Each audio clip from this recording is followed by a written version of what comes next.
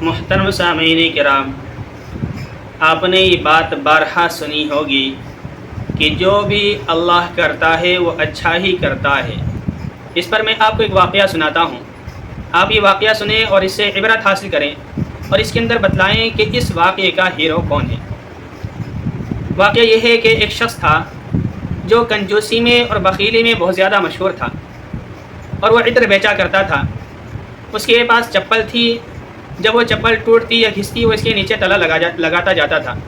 اس کا جو چپل تھا وہ تلا لگانے کی وجہ سے سب چپلوں سے الگ ہو گیا۔ اب اس کا وہ چپل لوگوں میں اتنا مشہور ہو گیا کہ لوگ دیکھتے ہی پہچان لیتے تھے کہ فلاں کا چپل ہے۔ ایک مرتبہ وہ حمام میں غسل کرنے کے لیے جا رہا تھا کہ ایک شخص نے اسے ٹوکا اور اس سے کہا کہ آپ ان چپلوں کو بدل کیوں نہیں لیتے، اتنے پرانے ہو گئے ہیں۔ اور اس نے یہ سمجھایا اور وہ شخص چلا گیا، اور یہ بخیل شخص بھی اپنے راستے پر گیا اور حمام میں غسل کرنے کے لیے داخل ہو گیا اور اپنے چپلوں کو کنارے پر اتار دیا۔ جب یہ وہاں سے واپس آیا تو اس نے دیکھا کہ اس کے چپلوں کے پاس انتہائی خوبصورت ایک نئے چپل رکھے ہوئے ہیں۔ اب اس دل میں بہت خوش ہوا کہ واہ، وہ کتنا اچھا آدمی تھا کہ اس نے میری اتنی خیر خواہی کی کہ پہلے مجھے نصیحت کی اور پھر میرے لیے چپل لا کر رکھ دیے۔ چنانچہ نئے چپل پہن کر کے چلا آیا۔ اتفاق سے جو چپل تھے وہ قاضی شہر کے تھے، جو شہر کا قاضی تھا اس کے چپل تھے۔ جب اس نے حمام سے نکلنے کے بعد دیکھا کہ اس کے چپل غائب ہیں اور اس کے چپلوں کے پاس ایک ٹوٹے ہوئے چپل رکھے ہوئے ہیں، تو اس نے لوگوں سے پوچھا، چونکہ لوگ جانتے تھے کہ فلاں کے چپل ہیں، اس نے فوراً بتلا دیا کہ اس شخص کے چپل ہیں۔ قاضی نے پولیس کو اس شخص کے گھر بھیجا اور اس شخص کو جو ہے قاضی نے اپنے یہاں طلب کر لیا، اور اس سے پوچھ تاچھ کرنے کے بعد اس کو سزا دی اور اس کے اوپر جرمانہ رکھا۔ اب وہ شخص جب گھر آیا تو اسے اپنے چپلوں پر بہت غصہ آ رہا تھا۔ اس نے کہا، ان چپلوں کی وجہ سے مجھے سزا ملی ہے، ان کی وجہ سے مجھ پر جرمانہ رکھا گیا ہے، لہٰذا آج میں ان چپلوں کو پھینک دیتا ہوں۔ چنانچہ اس نے ان چپلوں کو پھینکا تو وہ نالے میں گر گئے۔ نالا بہتا جاتا تھا اور ایک جگہ نیچے اتر رہا تھا، اور اس کے چپل اس میں بہتے بہتے گئے اور نالے کے منہ پر جا کر فٹ ہو گئے، جس کی وجہ سے پانی نیچے جانا بند ہو گیا اور وہیں پر اوپر ابلنے لگا اور راستے میں پھیل گیا۔ جب راستے میں پانی بہت زیادہ پھیل گیا، لوگوں کو پریشانی ہونے لگی، تو لوگوں نے دیکھا کہ اس کا چپل لٹکا ہوا ہے۔ ان لوگوں نے جا کر کے قاضی سے شکایت کی کہ فلاں شخص نے اپنے چپلوں کے ذریعے سے پانی کو روک دیا ہے اور لوگوں کو پریشانی ہو رہی ہے۔ چنانچہ قاضی نے اس کو بلایا اور بلا کر کے اس کو پھر سزا دی اور اس کے اوپر جرمانہ رکھا۔ اس کو اور زیادہ غصہ آیا کہ ان چپلوں کی وجہ سے مجھے پھر دوبارہ سزا ملی ہے۔ چنانچہ یہ چپلوں کو لے کر کے گیا اور لے جا کر کے دریا میں پھینکایا۔ اب اتفاق سے اس کے بستی کا کوئی آدمی مچھلی پکڑنے کے لیے گیا ہوا تھا۔ جب وہ جال کے ذریعے سے یا کانٹے کے ذریعے سے مچھلی پکڑ رہا تھا تو اس کے جال میں اس شخص کا چپل آ گیا۔ اب چونکہ لوگوں کو معلوم تھا کہ وہ اپنے چپلوں سے بہت زیادہ محبت رکھتا ہے، چپل کو بدلتا نہیں ہے، تو اس لیے اس شخص نے چپلوں کو اٹھایا اور دل میں سوچا کہ شاید اسے بیچارے غریب کا یہ چپل ہوگا اور وہ نہر میں گر گیا ہوگا، وہ اٹھا نہ سکا ہوگا، لہٰذا میں لے جاتا ہوں اور لے جا کر کے اس کو دے دوں گا۔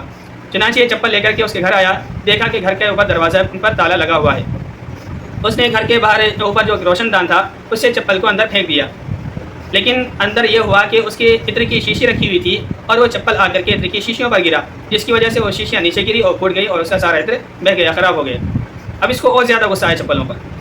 اس نے جب یہ واپس آیا اپنے گھر میں دیکھا کہ ساری شیشیاں ٹوٹی پڑی ہیں، چپل وہاں پر موجود ہے، تو اس کو چپلوں پر زیادہ غصہ آیا۔ اس نے کہا کہ باہر بھی نہیں جاتے ہیں، چلو ایک کام کرتا ہوں، اسے گھر کی چھت پر ہی کہیں رکھ دیتا ہوں۔